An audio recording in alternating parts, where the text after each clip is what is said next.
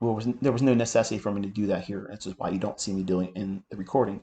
But audibly, I was saying if we started to trade higher in here, I said I'm watching this candle here. I may want to extend that fair value gap over, but until it gets there, I'm not interested. This is watch and see how it behaves. This is something you would have done without me showing you this. It's just the way it is. Whenever you have a fair value gap that you've utilized early in the session, immediately after the opening range, or while the opening range is underway and there's a displacement, which is what we're seeing here, it breaks aggressively below that low. Once we cut through the new week opening gap low, that acceleration and delivery lower, I was mentioning this morning that it should start spooling fast, aggressively seeking sell side. So in your mind, you would be looking at this, and for your back testing, for your journaling, it's this low here, and because that's the first area of sell side, we don't want to see it just hit that and have a deep retracement or sharp retracement. We don't want to see that. And the first stage of sell side, if we're going to be bearish, we don't want to see price come back up to an inefficiency right away, real quick or deep. Why would we want that to happen, or not to happen rather?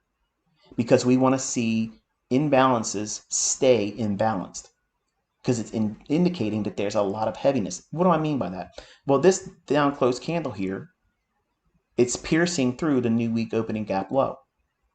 That's a significant level for the weekly range. And we're having the tail end of the week, which is Thursday.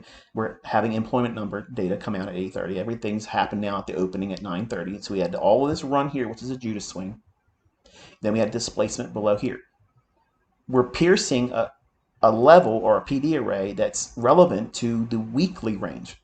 So if that's happening at a time of the day when the damage is already done, we went up into a short-term premium, we've taken buy side here, traders are trapped on a breakout above here, and we've retraced deep enough to rebalance this area back to this order block. We went back and forth in here, and then we left the range.